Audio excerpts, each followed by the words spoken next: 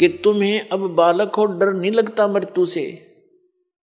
तुम ये सोच रहे हो नहीं, आदमी 100 वर्ष तो जीवित रहता ही है व्यक्ति, और जो यही आशा लेकर जी रहा था 20 वर्ष का मर गया, कोई 30 का मर गया, कोई 5 वर्ष का मर गया, उसको तो हम इत्तेफाक मानते हैं।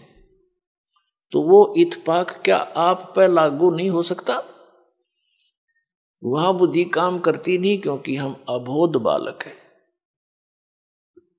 तो उसके लिए इस ज्ञान की आवश्यकता पड़ती है। फिर आपकी रुचि न्यारी बनेगी समाज से,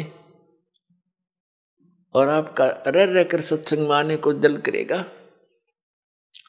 जब आपकी रुचि संसारिक बकवादों से हटकर बीड़ी, शराब, मांस, तमाकू, नाचा गाना, बेमतलब की चोरी, हेरा फेरी, जारी और रिश्वतखोरी, इनसे हटकर आप सही लाइन पर आओगे तो अन्य व्यक्तियों को फिर अच्छे से नहीं लगोगे, न्यों कहेंगे मूर्ख हो गया। तो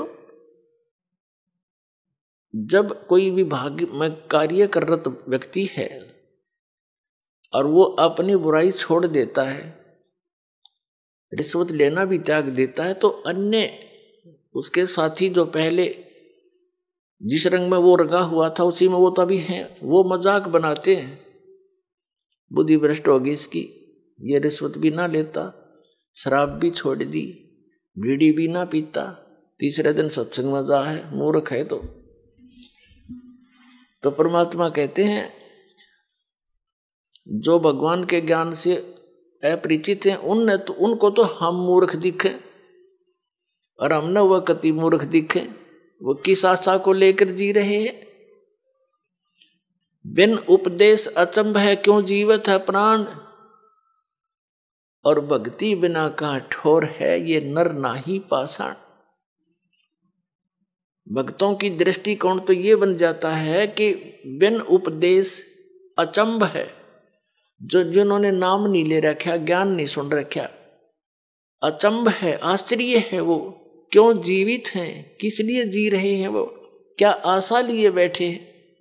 और भक्ति बिना कहाँ ठोर है ये नर नहीं, ये तो पत्थर है। अब फिर क्या बताते हैं कि संत भक्त जब इस बात से परिचित हो जाते हैं, परमात्मा के ज्ञान पर दृढ़ हो जाते हैं, वो संसार की दृष्टि में मूर्ख दिखाई देते हैं। उनके विषय में परमेश्वर क्या बताते हैं? अकल अलूणे दीखते ये सर्व अकल के मूल, सदा रटे हरि नाम को ये झूले अनहद झूल। संसार को जो ये अकल अलूणे दिखते हैं, अकल अलूणे माने बिना अकल के आदमी, और ये तो सर्व अकल के मूल, ये सभी बुद्धि के, अकल के, ज्ञान की जड़ है इनके पास, इन्हें सब कुछ जान लिया।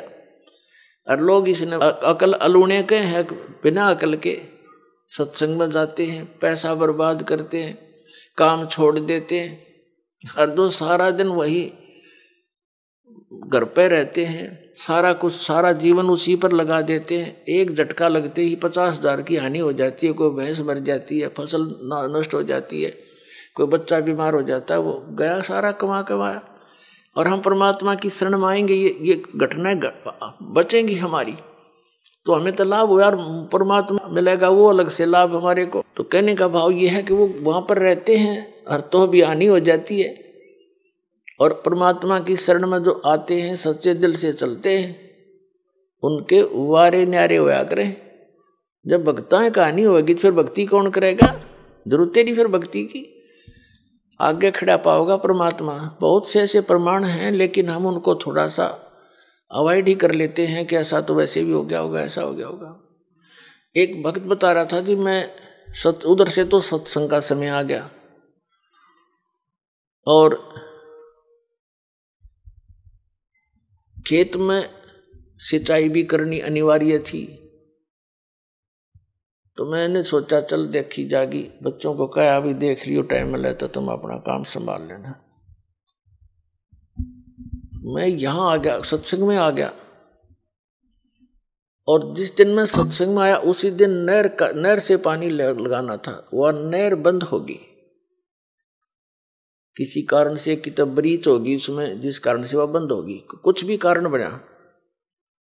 तो चिंता तो सता रही थी कि पानी वार गया, उसका जमीन फसल खराब होगी। कोई बात नहीं, परमात्मा और देगा कि तय कहे, क्योंकि ज्ञान यहाँ आने से बहुत सांत्वना मिलती है इस आत्मा को जो सदा भटकती रहती है। सत्संग सुनकर 2-3 दिन वो गया, फिर वापस पता चला कि उस दिन नहर नहीं आई, पानी ही नहीं था। और 4 दिन के बाद फिर आ गई, और उसी के वार में आ गई, वो फिर पड़ गया 4 दिन के बाद। तो ये चाहे इत्तेफाक हो, पर उसका दृढ़ पक्का विश्वास हो गया कि सचमुच भगवान जो चाहे सो कर दे। तो इस तरह की घटना हमारा गेल घटा करेंगी, क्योंकि भगवान ऐसा ही काम करता है। अपने जन के लिए कहते 100 सिद्धर मैं करूं अपने जन के काज, एक मेरे ऊपर विश्वास तो करके देखो।